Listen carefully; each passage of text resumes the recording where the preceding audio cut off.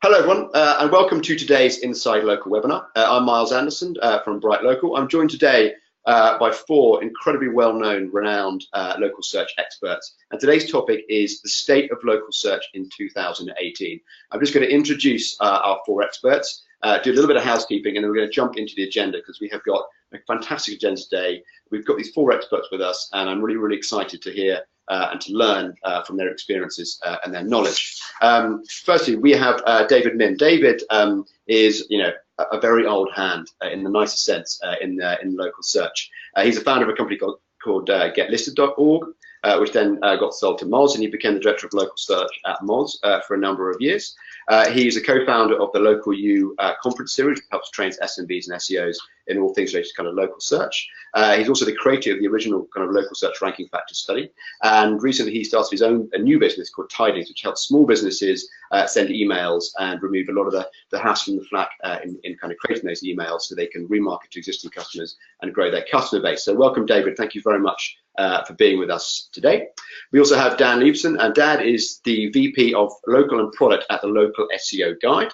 He's been working in local search for over kind of 10 years, both in-house and on the agency side. And he's also the creator, and I guess one of the chief analysts of another ranking factor study. This is an empirical study all about local search ranking factors. So great to have both David and Dan with us today. We have Mike Blumenthal from Get 5 Stars. Mike is a regular on InsideLocal, so thank you, Mike, for joining us again. He's one of the foremost authorities in local SEO. You might well know him by his other moniker, which is Professor Maps. He is also, along with David, the co-founder of Local U. He's a Google top contributor, and he's currently the co-founder and chief review officer at Get 5 Stars, which is a review monitoring and review generation platform that's used by many SMBs and also enterprise brands to help manage their online reputation. And last but by no means least, we have Joy Hawkins, who runs an agency called Sterling Sky, based in Canada. Joy is also a regular on InsideLocal, so Joy, many thanks for coming on again today. She's worked in local SEO for an extremely long time, a lot longer than I've been kind of working in local SEO. She's also the author of The Expert's Guide to Local SEO, which is around a 140-page, I guess, Bible all around how to optimize your business to maximize the potential of local search and kind of wider search opportunities. She's also a Google top contributor as well. So across the four, we have probably 50, 60 years of dedicated local search experience with us today. So to all of you, thank you very much for joining us. Okay, let me get technology working. A little bit of housekeeping stuff. There is a Q&A module in your GoToWebinar control panel. Some of you have found that already. If you've got any questions, please throw them in there, and we've got 2 or 3 people working behind the scenes to answer those for you. Today's webinar is being videoed, and a recap is going to be written up and available on the BrightLocal blog on Friday. And if you want to tweet anything, please use the hashtag that you can see on the screen at the moment, and also bottom left slides moving forward. A quick plug for our next webinar happening in February. We're looking at local ranking factors explained and explored. We've got Darren Shaw from Whitespot, Andrew Shotton for Local SEO Guide, and also Mary Bowling joining us. It's on Wednesday, the 7th of February at the same time, 1 p.m. EST. You can sign up for that now. Please join us. It's also going to be another fantastically in-depth and detailed webinar. We'll get the bit.ly link sent out on the chat to you now. So please do reserve your space for that webinar. So this is the agenda. I'm just going to quickly put it on the screen, and then we'll jump into the first part and we'll go through it in a kind of systematic way. So let's start off with looking back at 2017 and what were the biggest developments from 2017. Joy, I'm going to come to you first with this one. If you could just run us through what you think were the biggest developments in local search. There were so many to choose from, but if I had to choose a couple that I think were the biggest deal, the first would be the introduction of ads in the 3-pack. I think that was kind of a game changer. We've seen really awesome results from clients that are using these. So I'm pro ads in the local results. I know a lot of people hate it. Second to that, I would probably say Google Posts. I think it's a really cool and unique way for business owners to get messaging in front of customers in a way that they really couldn't do with Google+. So those are probably my top 2 picks, but there's a lot to choose from. Okay, thanks, Joy. We're going to talk about some of those things in more detail in a minute, I'm sure. Dan, what were your highlights? Yeah, so a big one that we've been dealing with a lot lately is the way that kind of search features have been changing for local. And so ad units is a huge part of that, but also on mobile, the way that the ad units and packs kind of interact and other search features interact with local organic results.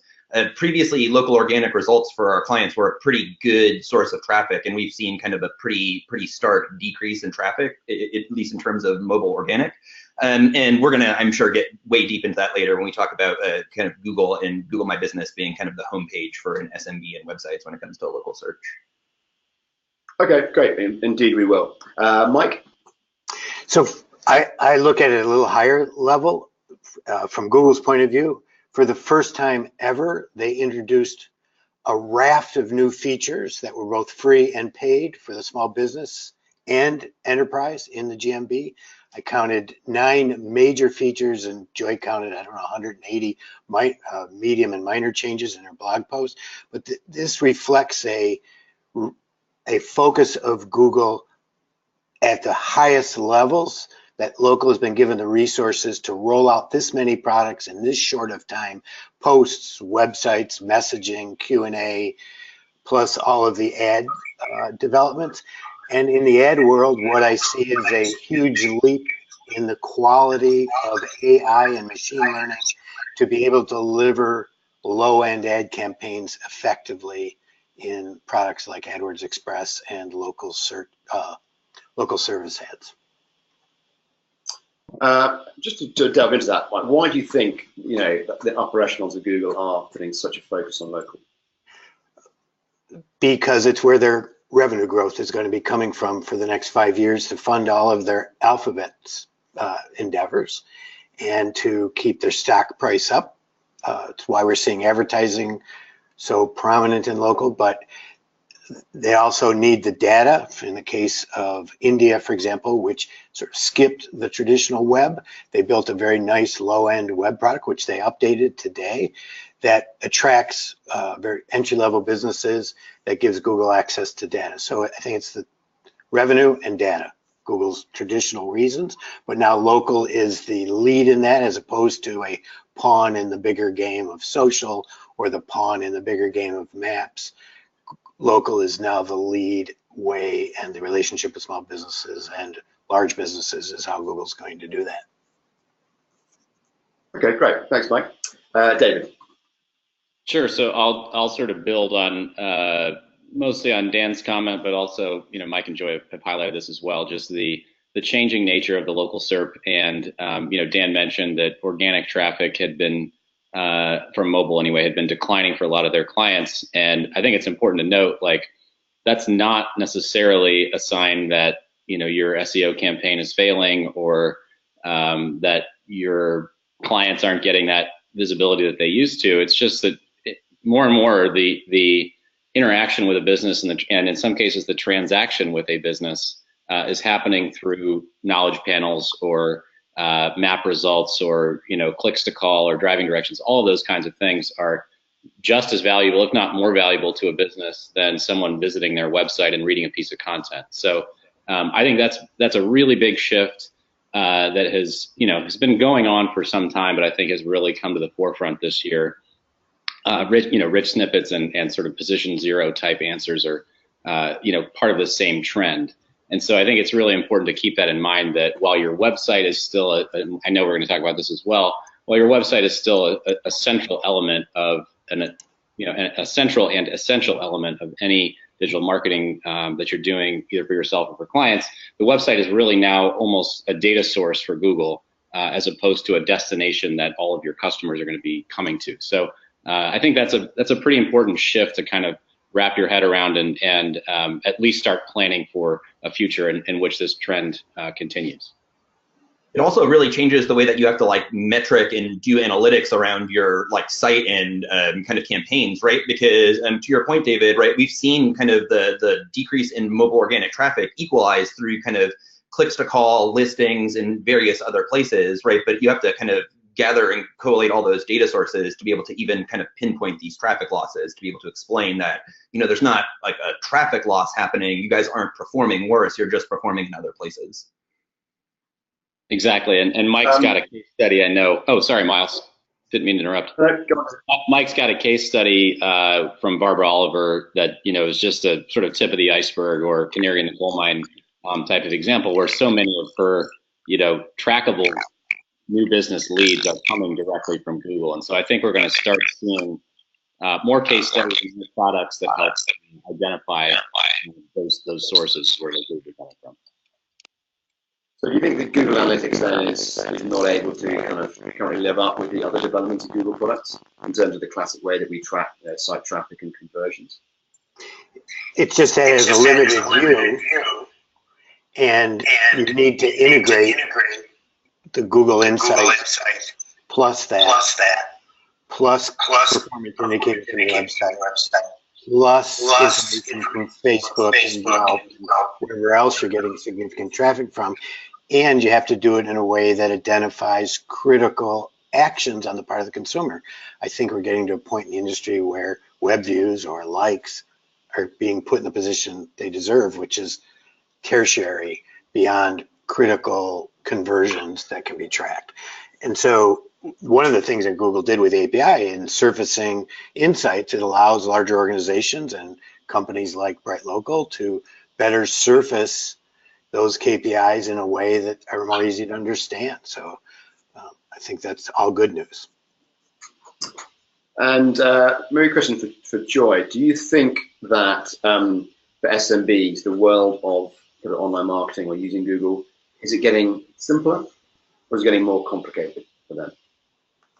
Definitely more complicated. I think it's going to become potentially harder for companies that offer like really low kind of cookie cutter, local SEO packages that used to work really well, maybe 5 or 6 years ago.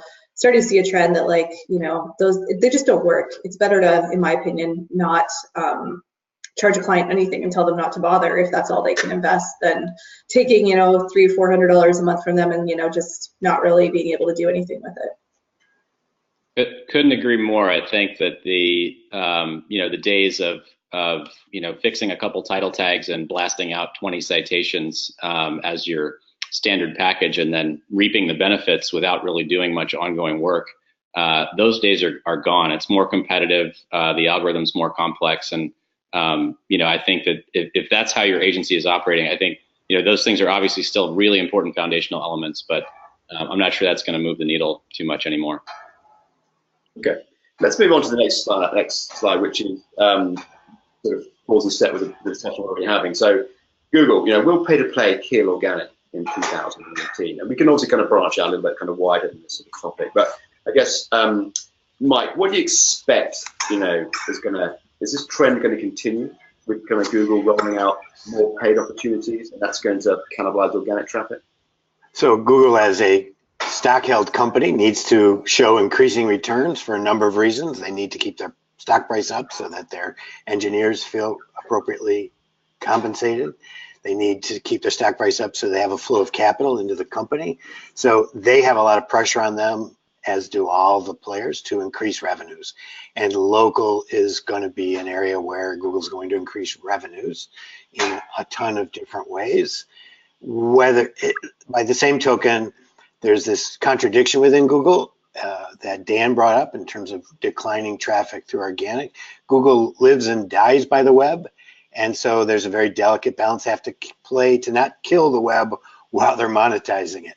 And so we will continue to see increased monetization in local, but I also think that Google will continue to offer free products and organic traffic. We saw this recently in the news competition with Facebook, where AMP all of a sudden is delivering more traffic to the newspapers. It's because long haul, it's in Google's best interest to occasionally throw Facebook under the boat, under the wheels, and give away free traffic. So you'll see free traffic and organic as part of their bigger play alongside increased revenue opportunities. Their whole goal is to increase inventory, increase exposure, increase new ways of delivering this information. And by doing that, they'll be able to do both. They think. Whether they will or not remains to be seen. But pay to play has to be part of people's strategy these days. If they want to get a decent amount of traffic from Google, they've got to be paying in some shape or form, right? Google's going to give, it depends on the industry, and Google's going to, because of the way searches are done these days, Google's going to give a well-done website some fair share of free visits. For me, the question becomes, how do you convert those users into customers? And I think there's still some opportunity in that to do that. It's not free. It takes time. It takes good photographs. It may take a professional photographer. It takes asking for reviews. None of those things are free. They are just shifted the cost. You're not paying Google, you're paying it somewhere else. But I do believe that Google is going to deliver, and they have every, like I said, motivation to deliver customers without paying for all of them. So it depends on the market, depends on the industry. I think in some markets, absolutely, you have to do some pay to play. In others, maybe not. Okay, Dan, when you're consulting with your clients, what's your pitch to them at this point in time? Yeah, so I totally agree with Mike that I don't think that Google is going to kill kind of free organic traffic. Mainly just the economics of it are kind of aligned against that happening, right? Like their biggest advertisers are invested heavily in organic search, whether it's like kind of traditional national organic search or local organic search. And so, giving into their large advertisers in order to give them an advantage, like the full advantage in local or organic would kind of, cut off their nose to spite their face for their other investments. So, they're still going to kind of be rewarding those things. Users are engaging with those kind of organic search results. And then again, Google to kind of sell ads needs to give users what they want. So kind of per Mike's point, right? Like Google has to kind of give good free traffic and results in order to get people to pay. So that's going to kind of continue. Like Joy, I'm totally interested in the paid pack ads, right? Like we've seen a ton of new features coming out from Google in local search this year. Shockingly, at the same year, they decided to move into kind of more heavy monetization of the local search product, right? Like when they're not generating revenue from the product, it's hard to pay, teams of $150,000 a year engineers to develop features for it, right? And work on kind of making sure it's the best product possible. So the more money they can get into it, the more they can kind of engage in feature improvement, which is, I think, something everybody wants to see when it comes to the Google My Business product, both on the SMB and brand side. Just one note on pay to play. I think with the advent of better machine learning algorithms, improvements in local AdWords Express and service ads, I think you will see them extracting profit and leaving less money on the table for quote unquote AdWords partners, particularly at the low end. So it seems to me that kind of Google is not just, they sort of shifting their kind of revenue model from, just getting paid on a kind of per click basis to taking a slice of the, taking a CPA essentially, whether it's in the kind of local service ads, whether it's kind of booking revenue.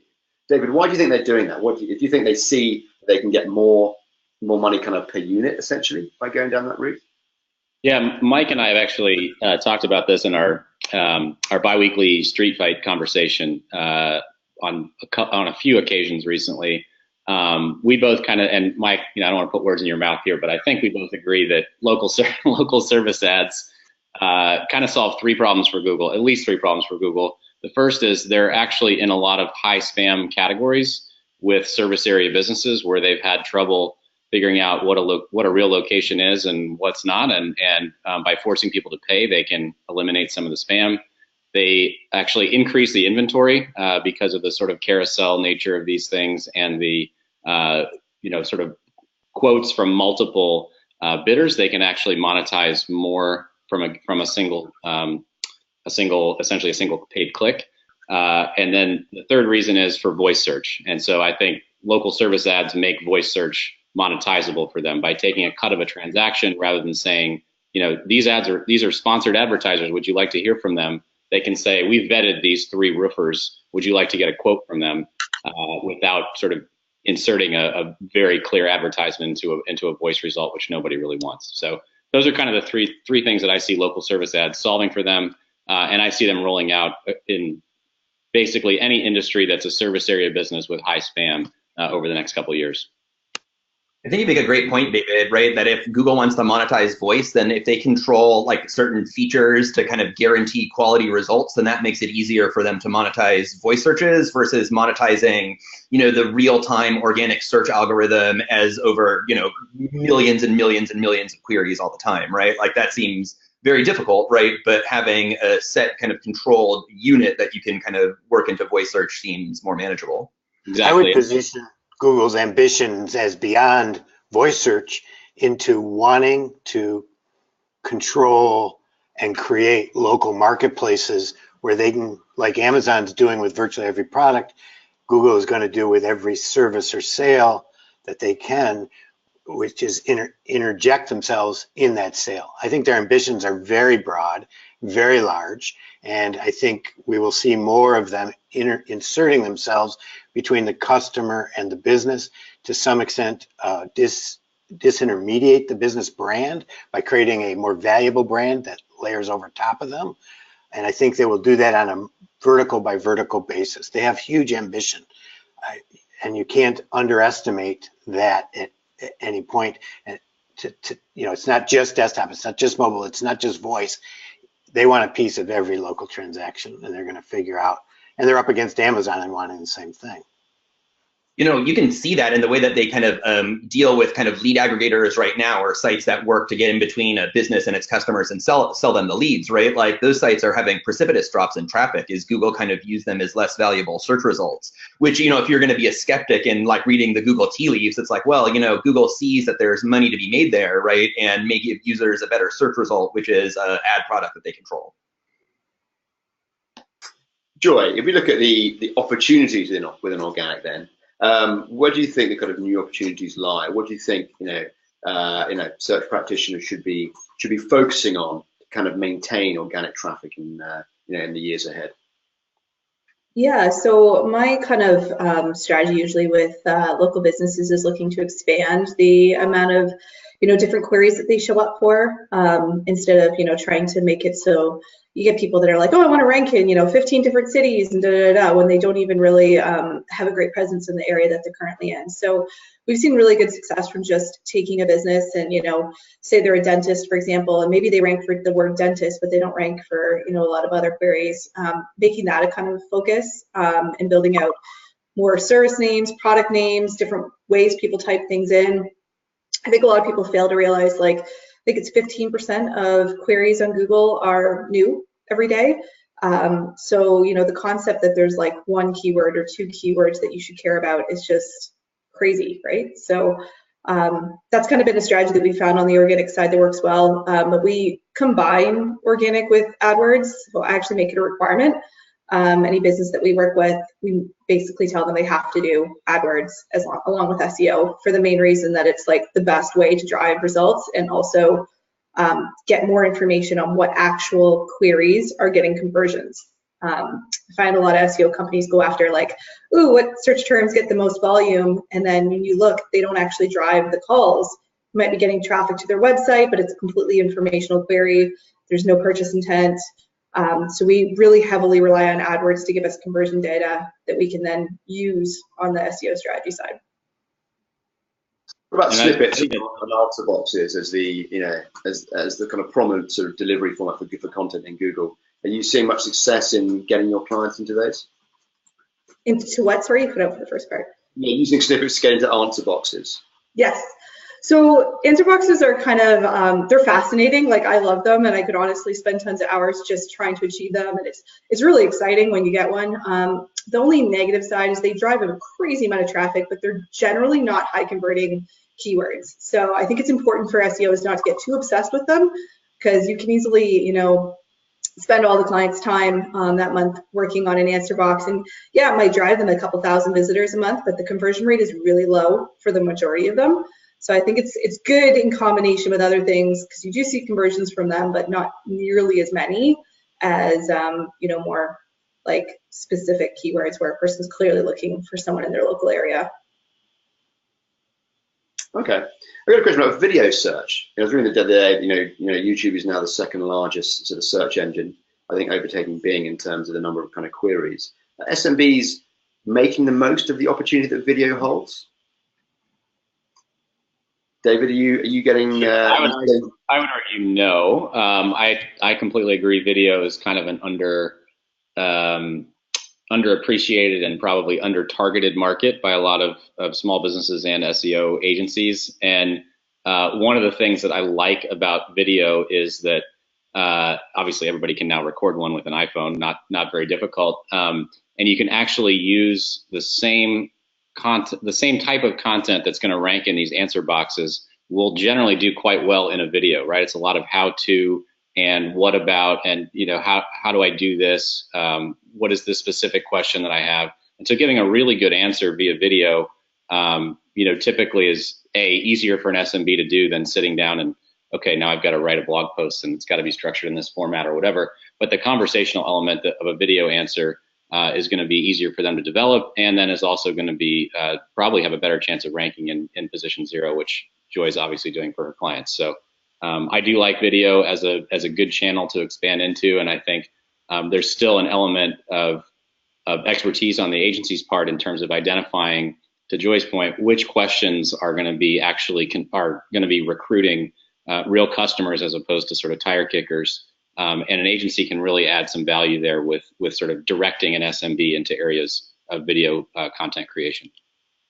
Although I would add that, having just come from a jacuzzi dealer conference, which is theoretically a high-end lifestyle business, and these were the best dealers in the country, their basic photographs on their knowledge panel, and if they can't get the photographs looking good, how they're going to get videos looking good? I mean, it's a problem, and I think whether it's their agencies or whether it's them, there's been an underappreciation of all visual conversion tools, and I think it's time for that to change. Past time for that to change. I actually blame the photos and the knowledge panels totally on Google. But seriously, they become virtually impossible to control for business owners at this point, right? And so they're just full of pure happenstance. It's not even often it's not even the ones that are kind of like the most liked or upvoted, right? It's kind of, I assume, some kind of image pattern matching to get something that they think is like better, right? Like they want interior photos versus exterior photos, it seems to be. But correct, but you can interact with that in a constructive way. If you're looking at search results, and say for hotels, I know last year, year before, whenever it was, they switched from exterior views to interior views. Well, if you upload regularly fresh, high quality exterior and interior views that are better quality and cover this range, then they will pick one of your pictures. So part of it starts with just having professional photographers help you do your work. You wouldn't put crappy photos on your website. Why should you put lame photos at Google, which is generating all these leads? And so by seeding and regularly updating, so it's fresh, so Google doesn't think they're getting a fresher image someplace else, you can control that to a large extent. And minimally, it's going to start with decent photos. I mean, if Google then replaces your photos with Oyster.com's lame photos, that's a legitimate complaint, and Google doesn't always succeed at that. But the ones I looked at, I mean, they uploaded pictures of their chlorine stockroom as opposed to families swimming in their hot tubs. So we have a multi-location client that pays for trusted photographers to go and photograph and do like 360 views of all of their locations regularly and upload them.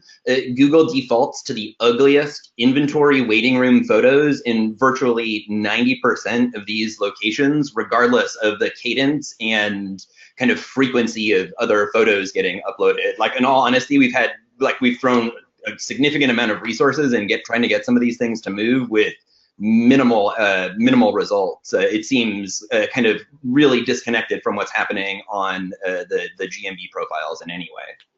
Yeah, I don't see the same thing in less trafficked SMBs, but I believe you. Dan, I don't know if you saw the one I tweeted a couple weeks ago. That was an apartment building, and their main photo is the apartment building on fire. But that one, honestly, like, I just cracked up. It was bad, really bad.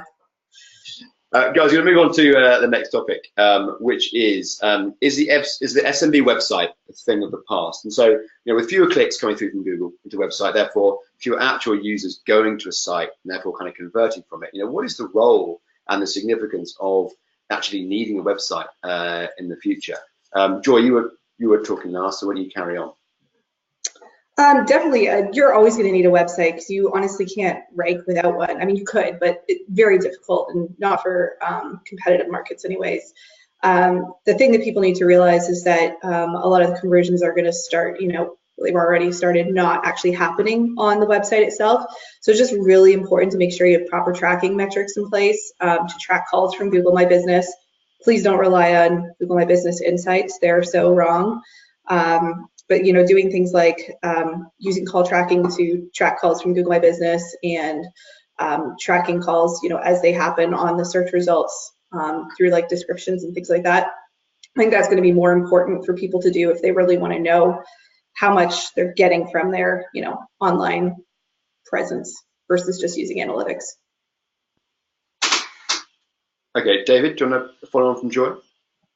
Sure, and I want to clarify an earlier comment. When I said that the website is a data source and not a destination, that's directional. I think directionally becoming more true. Obviously, you're still going to have a good chunk of people that do click through from Google and that will certainly visit your website from word of mouth and referrals and social media and everywhere else. So I don't want to diminish the importance of a website. It is definitely not a thing of the past. It's just sort of a mental shift that I think we need to make in terms of how and where people are converting coming from Google. The one thing, again, this is also a directional comment, do not take it literally, but the way that I've kind of been thinking about this, and Cindy Crum actually a couple of years ago got me thinking in this direction. I'm starting to think of websites as sort of like Google's ideal website is really a JSON file, right?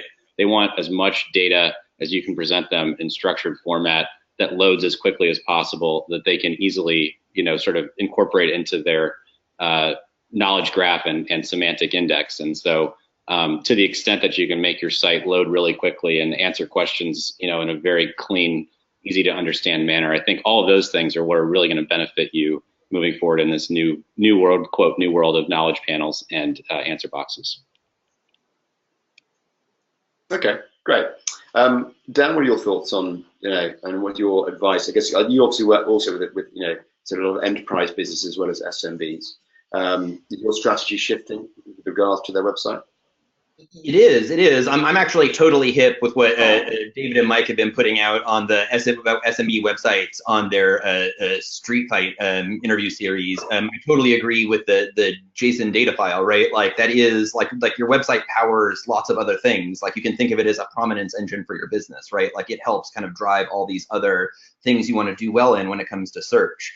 But your website is your owned asset, whereas all these other things are not, right? So like if you want to own key marketing resources, then yeah, you should have a website. It's critical for things like email marketing landing pages, PPC landing pages. If you want to go after certain instant answers, right? Like there will always be something to get from it. But just like David is saying, right? You have to directionally start thinking about the way that you're going to be driving leads, not traffic from some of these other kind of third-party sources. It's not about funneling everything to your website and letting your website be the conversion engine anymore. That's just not how users interact with the web these days across all the multiple different screens and devices and platforms. So I guess obviously, therefore, sort of, designing conversion is important. You've got people coming in from different channels. Presumably Google's, is going to start to ramp up or take more of an interest in behavioral factors, do we think? And therefore, how people are interacting, with your site, how much time they're spending on it. So, when you come to sort of balancing the data and the structure of your site, the design, is it always a happy medium of the two, or do you guys lean in a certain direction? It's getting the data structure right first, and the design comes second. Yeah, I mean, we try to be pretty agnostic when it comes to design, except for being able to kind of talk about what users theoretically are coming into and like what they're looking for. We'll be a little more kind of vocal with that when it comes to SMB clients, but obviously like larger clients have their own people that deal with that kind of a stuff.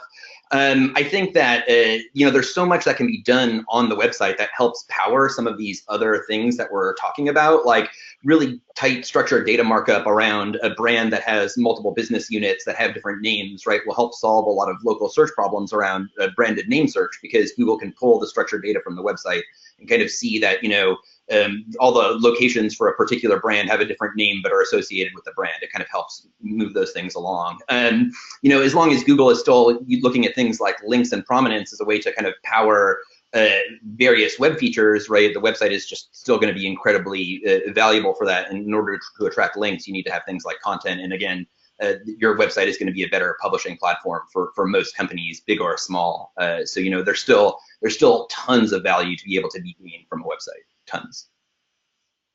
Okay, great. So the future is safe for web designers. Maybe unless this new thing that I saw yesterday, God, I wish I could think Floyd or something like that, which generates HTML code from mockups comes to fruition. So the AI bots are coming for web designers too. Hopefully it's better than Photoshop doing that. Right.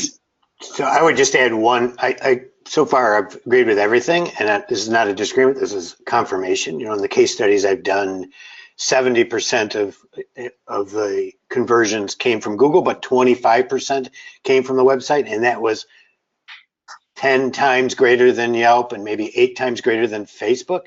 So I think that you really should be focusing on those areas where you are actually getting conversions, which speaks to Joy's point about tracking this stuff correctly and defining conversions correctly, and then putting your effort where that is rewarded.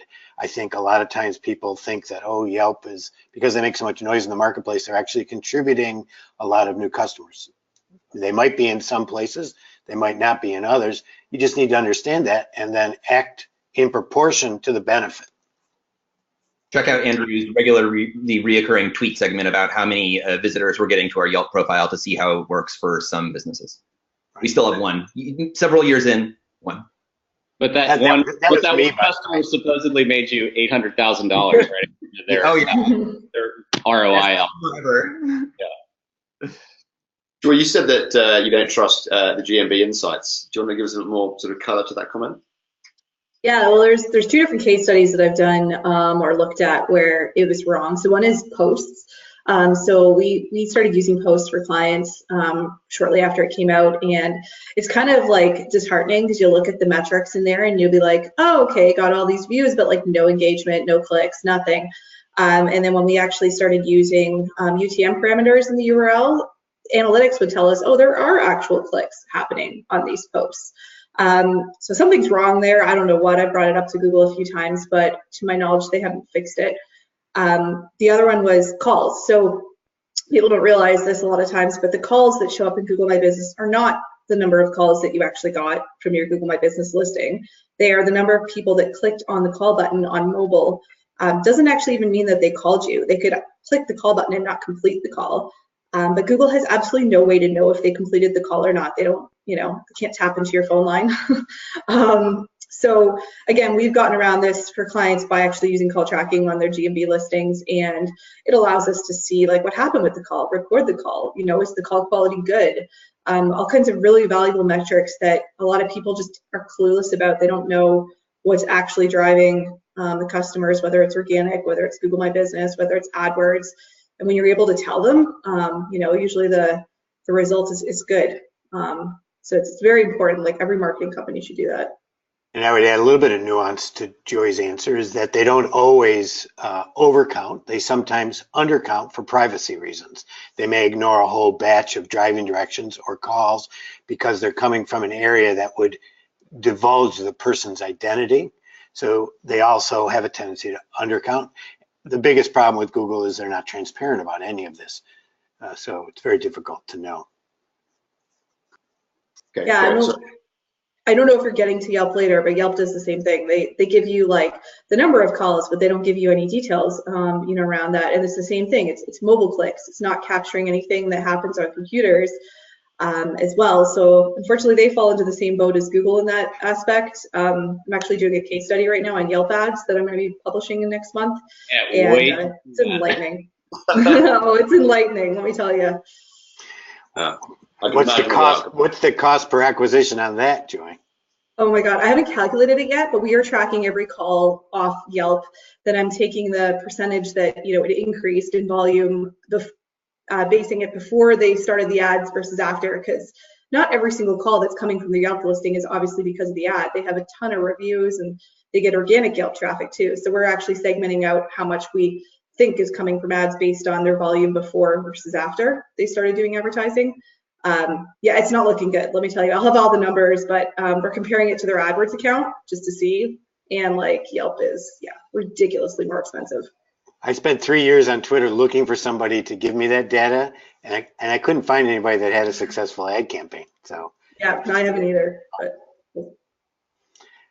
But brilliant. Okay, guys, I look forward to reading that, Joy. I said, I think we all know the outcome's going to be just how deep the cuts go.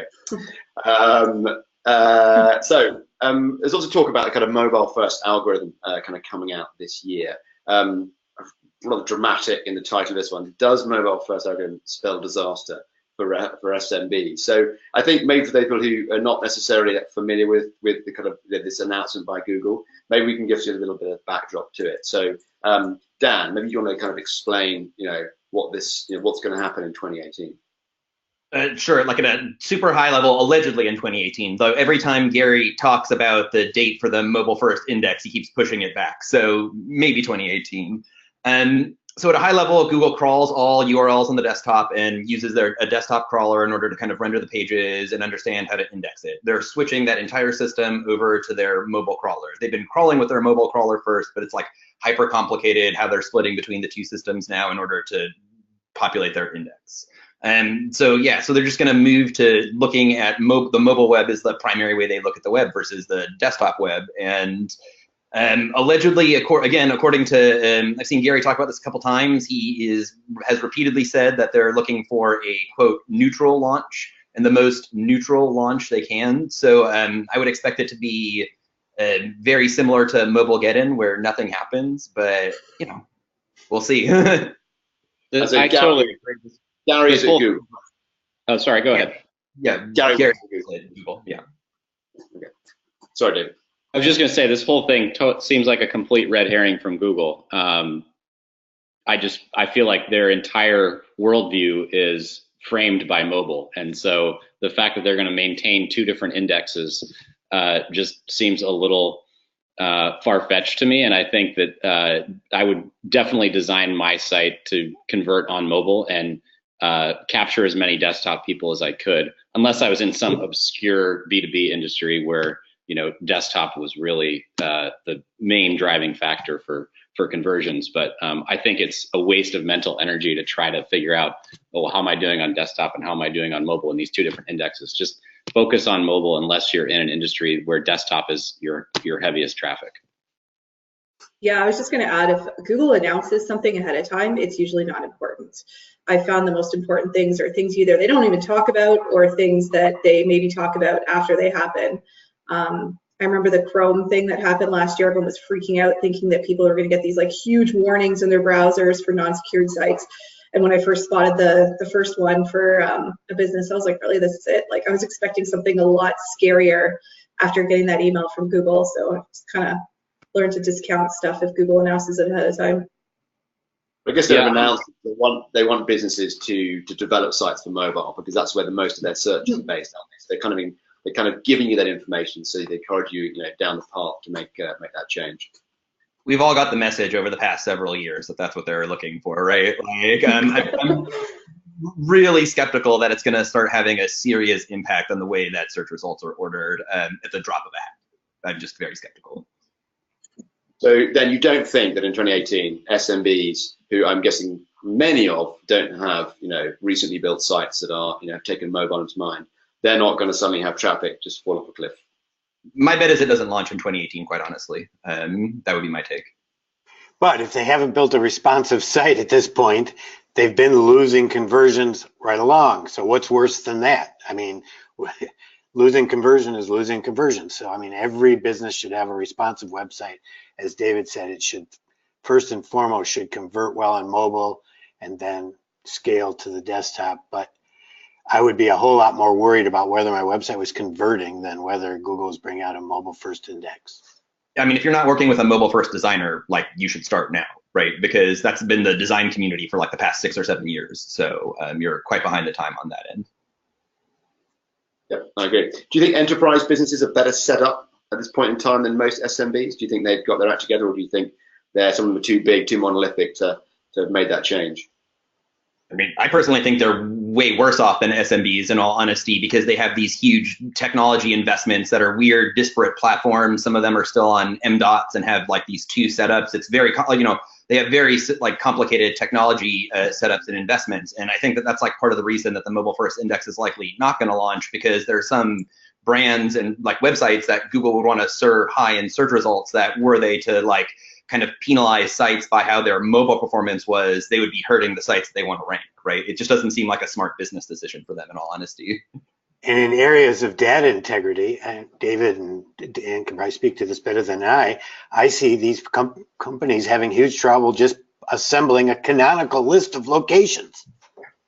Canonical tags on their web pages, let alone a canonical list of locations, let alone making sure there's one version of every page, right? Like, I mean, yeah, the technical SEO for large websites is like they have very complicated setups that are put together with duct tape and mailing wire sometimes.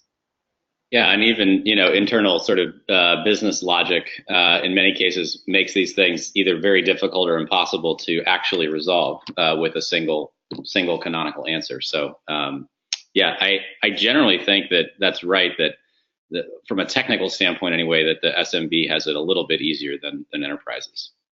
That's great to know for SMBs. Let's jump on to the next question or the next topic, which is reputation the new king? And I guess the reason we kind of put this in there is I sort of got the feeling of the last sort of 12 months has been a kind of an awakening in the industry about the value of a good reputation. The business owners have always known it, but I think they're starting to see the more sort of wider benefits of that. I think Dan, your ranking factor study put a huge correlation between various review factors and ranking high up within the sort of pack results. It's obviously always been a factor of some degree within David, the study that you originally sort of penned around sort of local search factors. We're certainly getting a lot more interest from our customers around monitoring reviews and kind of review generation. But Mike, I might come to you first. Obviously, you a chief review officer at Get 5 Stars. What's your take on the emerging role of reputation, or am I totally wrong and off the mark? So from where I sit, reputation is the one value that a business should hold near and dear to their heart that has never changed. There is nothing more important than reputation to a business. Google is looking to emulate local business or local purchase decisions by finding the best customers. You see this in local service ads with their vetting and advanced verification, and there are other local ads. Reputation has been king, or should have been king. Where I think the issue has shifted is people think that somehow there's a magic bullet in getting more reviews from Google or getting more reviews someplace, and that's like link building. Really, if you put link building before you put content, you've got the cart before the horse.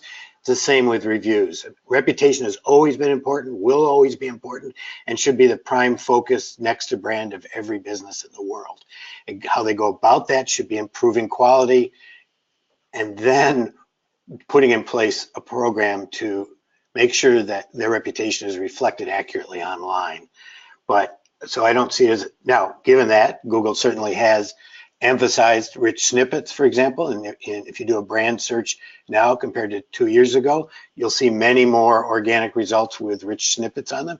And that isn't just because there's more rich snippets in the world, it's because Google gives a ranking boost to pages with rich snippets because they've tested what users want to see, and users want to see reviews. So there is that aspect to it, but that's just driving the sort of superficial thing of more reviews, where reputation should be fundamental to any business. And I think SEOs who are interested in sustaining their work with local businesses should think about reputation as a way of them helping the business find more customers. Great, thanks, Mike.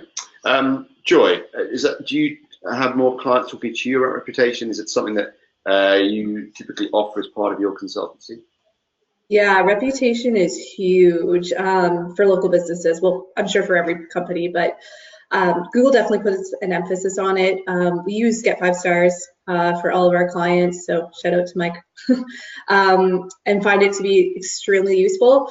The scary thing with reputation is how behind Google is on recognizing fake reviews, both positive and negative. I've seen a lot of cases in the last 3 months where competitors of our clients have blatantly obvious fake reviews. And we've actually seen a lot of success reporting them, but there's kind of a strategy. You kind of have to figure out a way to get Google to actually recognize that they're fake, because if you just flag them, a lot of times there's no ability to comment or say how you know they're fake. And it's all about building a case to show Google how they are in fact against the guidelines. Honestly, it should be easier than it is. But that being said, the ones where we have reported fake reviews. There have been a few cases in the last month where Google has actually removed all the reviews on a business that they caught with enough fake reviews. So just a warning to people out there, because I know fake reviews are very common. Like, it's actually shocking how many businesses we see that have blatantly fake positive reviews. You know, I'm hoping that this is going to be something that Google will pay more attention to this year and get better at algorithmically detecting, because right now it seems like manually reporting them is the only real way to get Google's attention on it.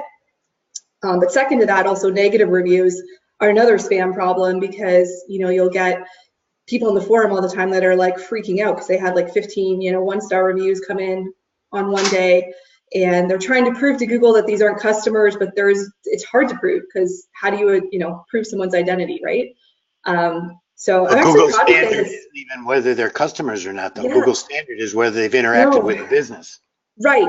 Well, again, like, so these people are claiming obviously that this is like a competitor or like a negative SEO thing, which I'm actually happy that it happened to me yesterday. So I actually had 3 reviews come in the span of 5 minutes from really obvious fake usernames. Like, one of them was Spamaland, really. So it's actually kind of cool because I can, sorry? On Sterling Sky? Yes. Yep. Wow. So I piss off a lot of spammers. So I honestly kind of expected it sooner, to be honest, because like I help a lot of people on forum posts and stuff that are, you know, reporting spam. So I'm just guessing, obviously, I pissed someone off, and yeah, three reviews came in, all 1-star in the span of 5 minutes. One's already gone, but like, it's good because I actually now have my own firsthand experience on like how to deal with that, so I can try and, you know, use that in the future to try and calm business owners down if it happens to them. It's really not a big deal. I didn't lose any sleep over it, but even if the reviews stick, I mean, there's lots of creative ways to deal with fake reviews. But it's a big problem, and definitely something that needs to be monitored. Did you get a Spamalon Mumbai's negative review removed? That is the best negative review I've ever seen. No, it's actually funny. The most unspammy one was the one that got removed first, so it's already gone. The Spamalon one and the one from Rocky Stallone, those 2 are still there. But I'm working to get them removed. But even if Google doesn't remove them, I'm not overly concerned. Like, they're so obviously fake. But a badge of honor to the hawk. Exactly. Yeah. I'm like, bring it on. Okay, let's go on to the next topic, which is about voice search. You know, again, one really quick point on reviews, Myles. I see the review content being a really key way that Google is assessing semantic relevance, especially for longer tail phrases. And so whether you buy into all of this reputation discussion, which I completely do, even if all you care about is rankings, you're going to need to be generating reviews with content that is about the services or products that you're selling in order to be seen as semantically relevant for those phrases by Google, I think, in the future. So, and even today. So just wanted to quickly point that out. It's not just about the star rating and who left the review. It's about the content of the review as well. So as we start seeing 100 best criminal attorneys in Portland, we'll know why. Exactly. I outsource all that work to the Philippines, Mike. Don't worry about it. Dan, obviously you're going to study into local ranking factors. You know, saw a big correlation between, you know, various review-related factors and ranking. What's your sort of take on it? Yeah, so just like per David's last point, I have some newer research that I've been doing on exactly that, like longer tail keywords and reviews and what that looks like in the review corpus versus like what their websites look like and why are these businesses ranking for these things. So hopefully there's some interesting stuff in there, but I totally agree. Just based on like some early research, I 100% agree with what David is saying, 100%. Okay, great. So certainly reputation is something that companies shouldn't just invest in naturally by the, you know, providing a good service, but it's then trying to kind of amplify that through online reviews, which is having an impact both on ranking, but also on ability to kind of convert customers. So great. Okay, so next piece was around voice search. I guess kind of similar to to kind of the mobile first algorithms. There's a lot of talk around, you know, the growth of voice search. You know, how many searches have been done on voice? The fact is, you know, it's a huge kind of, you know, the kind of growth in sort of AI and, you know, these are, you know, assistants based on mobile at home with Alexa. But what does it really mean for local businesses? I mean, how much of this kind of, you know, these voice searches are actually kind of discovery searches that local businesses can win new customers from? You know, what do we know about that? Mike, maybe Joy, do you have a view on voice search? Yeah, honestly, it's not something we focus on a ton, because I think, again, like with voice search, it's something that I think people are definitely using for local, but it's still small, like the traffic amount anyways. I do see these pop up in AdWords though. I'll never forget, we were looking at search terms for an insurance client, and the query was like, what's the number for Geico? Shut up. And I could just picture a mom driving with like her kids in the back seat, you know, talking to her phone. So it's definitely something to, you know, be mindful of, but I don't think we have like a separate strategy that we use for voice search or anything like that currently.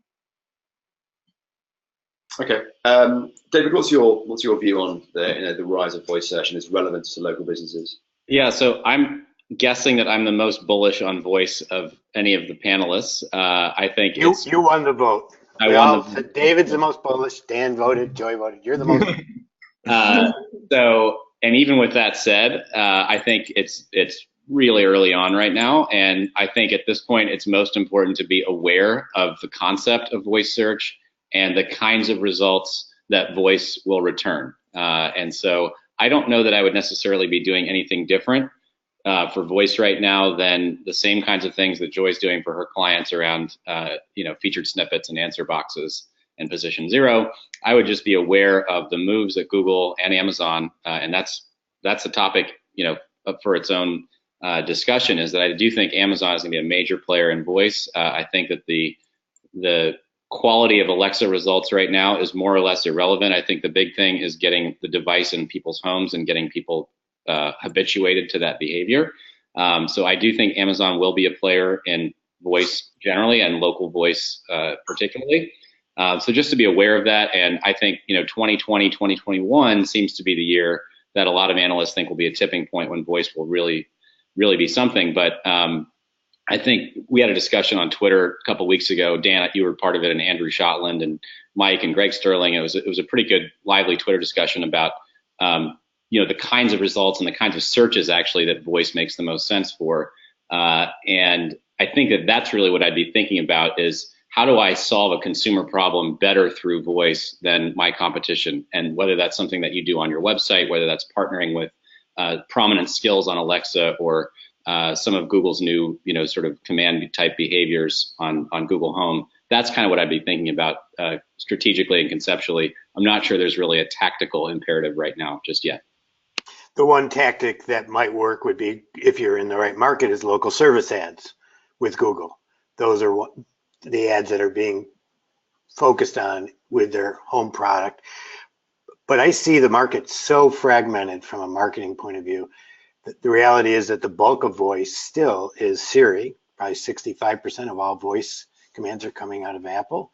It's often senior citizens who don't like to type. These are so the market is fragmented. The demographics are unusual. I'm with David that it may be something in the future, but there's some technical things that are missing. For example, natural language. Good natural language processing is missing. Also, it's not clear to me that voice is a platform as opposed to just a feature. Like on my Apple TV, when I need to search, I do voice because in that context, searching is easier, but it's within the context of a whole range of other interface options. And I am not sure that voice, at least for my brain, I don't have enough registers to remember all the stupid commands to be effective with it. So I question long haul whether those problems will be resolved. Maybe they will be. Maybe for Amazon, it means that they come up with a cheap screen that's really a computer that has voice as a primary interface. They've done with yeah. Right. But it's not clear to me that voice in and of itself is the platform. That's my point. And it's years off before we know. Maybe we'll hit this tipping point. Maybe there'll be a dominant player that we can market to. Maybe consumers can learn these behaviors. But it's not this year, for sure. Other than, like I said, local service ads. Yeah, I mean, I think I agree with what everybody has said, right? Like, you know, we can talk about this from like a technologist and like UI perspective on like what we would want the future to be like or what an optimal interface is. But in the terms of this, like in the context of this discussion, for me, it's about search outcomes, right? And in terms of like what you can do to influence search outcomes right now, the only thing I would actually, other than the local service ads and like making sure that your, you know, name on your Google My Business page is correct, is for brands and SMBs is to pay attention to any potential online reputation management issues coming out of like misunderstood voice search queries or a misinterpretation of branded voice search queries, right? Like, because the technology is quasi broken, or not broken, but like the quality of results isn't where anybody really wants it to be. There's a potential for some bad reputation issues to be surfaced through voice search, which you should pay attention to and try to fix via normal like SEO and reputation methods. Okay, so I guess the kind of key takeaway is there's nothing people shouldn't be adapting their strategies necessarily. They should be doing things such as kind of creating content to allow them to rank for, you know, the kind of sort of zero position and sort of using rich snippets. Doing that kind of stuff will benefit them sort of down the line, but there's nothing in the immediate future of voice search that's going to kind of unsettle, you know, the kind of status quo for local businesses. Okay, great. Let's go on to the last agenda item, which is all the other guys. We spent so long talking about Google. You know, Joy has already given a massive thumbs up for Yelp, obviously. But you know, what's going on with Facebook? We got, you know, Facebook has, you know, brought out sort of Facebook Local, like adapted Facebook Local. How much of an opportunity are you guys seeing in Facebook as a platform for lead gen for local businesses, or is it really more of an engagement opportunity for existing customers? Yeah, I think Facebook's primarily about engagement. Sorry, I didn't know if anybody else was going to jump in, but I think it's primarily about engagement.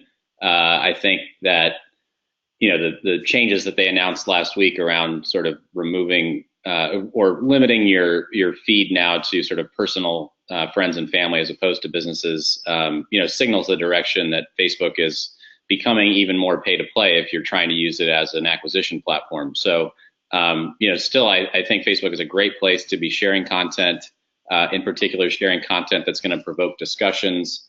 Larry Kim, and I think Carrie Hill might have tweeted this as well, have just talked about, you know, Facebook groups as an acquisition channel are potentially much better than just, you know, posting stuff to your page, where you're actually, again, engaging with customers and answering questions that your community members have. So that's kind of where I see Facebook's position. I think it's also, you know, can be a great acquisition channel if you're using highly targeted ads, which Facebook is unparalleled for. So, but I don't know that you're going to acquire that many customers through posting organic content on Facebook.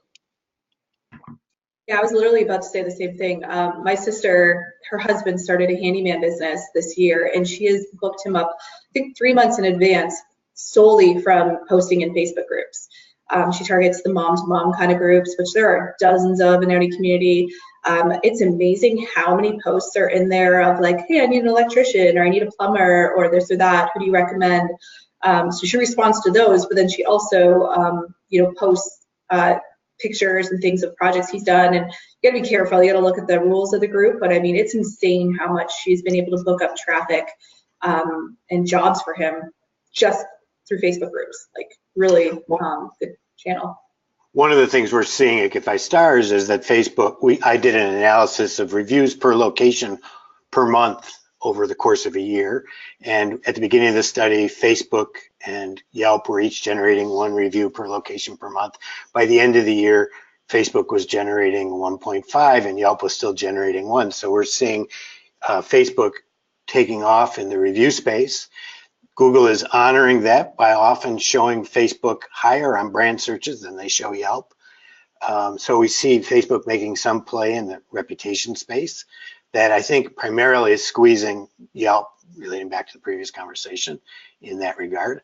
But Facebook's local listings are a mess, 3, 4 for every location. The likes and the reviews might go to the unauthorized one as opposed to the authorized one. They do merge them if you ask, so there's a huge problem there.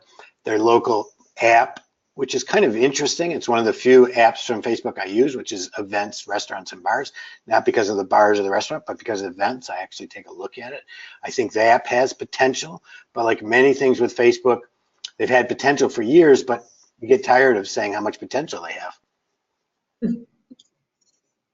Yeah, interesting that study, Mike. We also did a similar study, which we actually published today, which looked at analyzing around 50,000 businesses, their review growth on Google, Facebook, Yelp, TripAdvisor, and also Foursquare. You may question why we put Foursquare in there, but it was quite a bit of a comparison, kind of knowing where Foursquare was, where it was going versus the other ones. But yeah, it's similar, you know, kind of looks at the kind of growth in kind of the review acquisition. And actually, we found that kind of Google was which is the last 12 months. We saw Google starting out the year at 2 per location and rising to 5. So killing it in reviews. So even if you assume, as Joy does, that 5% or 10% of the reviews are bad, even if you count those off, they still are killing it on reviews compared to Facebook and Yelp. And I think Yelp is great job of prompting people after every experience somewhere. Leave a review, leave a review. You know, they just nag you sort of incessantly if it's on mobile. So that seems to be having the now effect. they're nagging about leaving Q&As. Dan sent me an example of him having, I think, reviewed a location, and then somebody else left a question at that location. Now they nag Dan to leave a Q&A. I just got a nag the other day on Android to leave a Q&A. So I think Q&A is interesting to me because it's one of these sort of crowdsourced areas where it could be a great benefit to the business, could be a terrible thing for the business that Google doesn't really have a handle on in terms of regulating. So, dragging comes back to Facebook then. So obviously the organic ability to kind of get kind of organic posts within feeds is being massively limited. Therefore, your options are pay to play, pay for ads, get them very kind of closely targeted, or look at sort of fringe opportunities around kind of groups and how to kind of interact and engage with those. So it's much more around the sort of social activity as opposed to just a kind of advertising, a free ad platform essentially. You've got the paid ad platform, and then you've got the kind of the interaction piece. Those you see in the two areas. I think the interaction piece is really critical. So I think, again, if you're posting interesting content that provokes discussions among your fans, I think that stuff will still show up in people's feeds because there is that engagement mechanism. But if all you're doing is posting, 20% off today between 12 and 2, I'm not sure that's, unless you're a wildly popular business and you never discount your stuff and people are like, you got to go.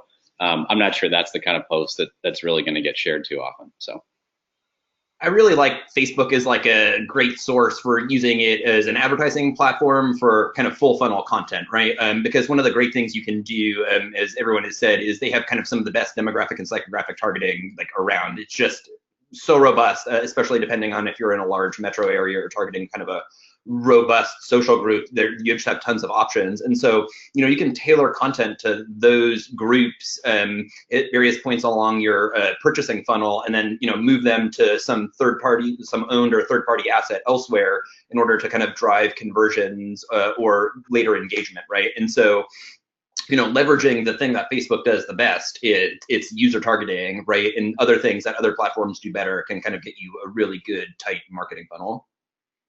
Okay. One thing I was just going to say about Facebook too, well, they just updated this month saying that they're going to actually be showing content from pages less and less in the newsfeed. So in case it wasn't like already barely there as it is, they I think Mark Zuckerberg did it on Facebook or Twitter or somewhere. He announced that they're going to be doing that less and less as well. I sent the link to the article in the chat there. Okay, thanks, Joe. So what's up with Apple and that as an opportunity for local businesses, getting into kind of Apple Maps and, kind of getting traffic from that? What's Apple doing with their local offering? I mean, at the high level, their Maps product has continued to improve month in and month out and become functional map product. And so Apple users are using Apple Maps frequently. I don't know the percentage versus Google Maps, but and overseas, it worked great when I traveled with it. It works great here. So they have sort of succeeded in building an adequate platform. They've never really focused on it. They've used partners, Yelp, TripAdvisor, Foursquare, to inform the content there.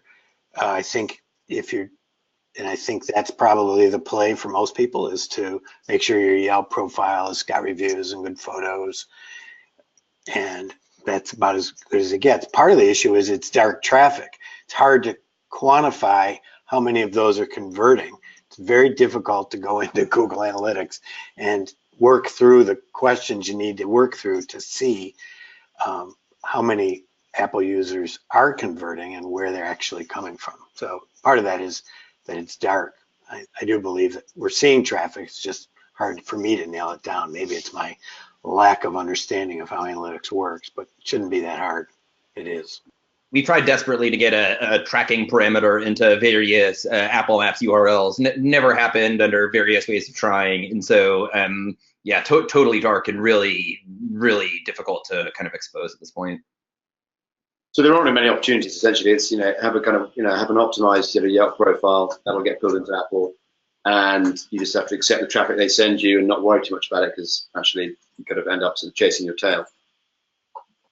Yeah, in some markets, I mean, we see when we look at traffic and it's 60% of it's mobile and 70% of that is Apple, it's delivering customers. It's just hard to understand how they're getting there.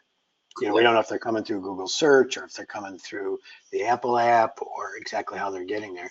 Clearly they're a player, but it's just very difficult when you can't track it to know what to do about it. Okay, great. Brilliant. Okay, guys, we've run over. So thank you very much for your time. A couple of quick notices before I say a big sort of thank you is, again, we've got another webinar next month on the 7th of February. It's about local search ranking factors explained. We've got Darren, Andrew, and Mary. So please, everyone, join us for that. You've got the link there. The link has also been shared. We're also running a quick sort of poll survey on BrightLocal. We're trying to understand what are the top sort of local SEO related blogs, or which blogs have got the best local SEO insights. We're trying to get a really wide pool of people casting a vote there, so that we can have a really kind of sort of genuine result, and we can see which of the top sort of blogs are sort of bubbling up to the top. So if everyone could spend 2 or 3 minutes going over to that link, again, we'll share it through the chat. Cast your vote, please. That would be great. We're looking to publish the results of that probably in a couple of weeks, I believe. I'm looking over at Rosie, my content team, to see if I can get a nod.